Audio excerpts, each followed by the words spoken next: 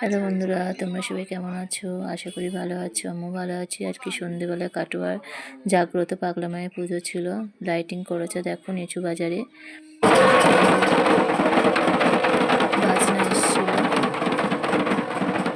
মায়ের। রাতে পুজো হয় নিশি রাতে।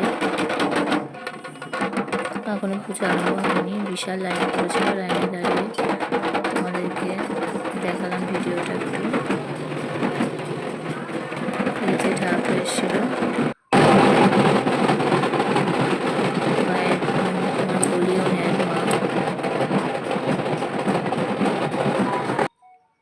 দেখো ভেতরটা দেখো, ফুল দিয়ে সাজিয়েছে, কত সুন্দর।